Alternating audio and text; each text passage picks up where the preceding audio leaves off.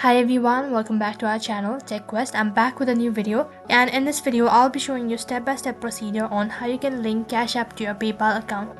So I'm going to be guiding you throughout this video. Make sure to watch this video till the end and follow the instruction as guided. So there's no such direct method on how you can link Cash App to your PayPal. So what you can do is, in order to link your Cash App account, first thing you need to log into your PayPal account.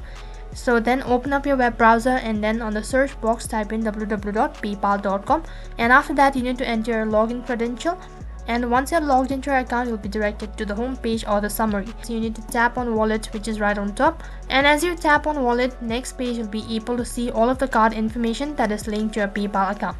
In order to link Cash App account to your PayPal account, you must make sure that you have a cash card, otherwise you won't be able to link your Cash App account. So instead of bank account, you need to link your credit card of your Cash App. So right on this page you need to click on link a credit card, which is right on top. So right on this page you need to enter your cash card information. So first thing, you need to enter your credit card number, and after that you also need to select the card type and then the expiry date and a social security number or the security code, or you can simply say CVV number.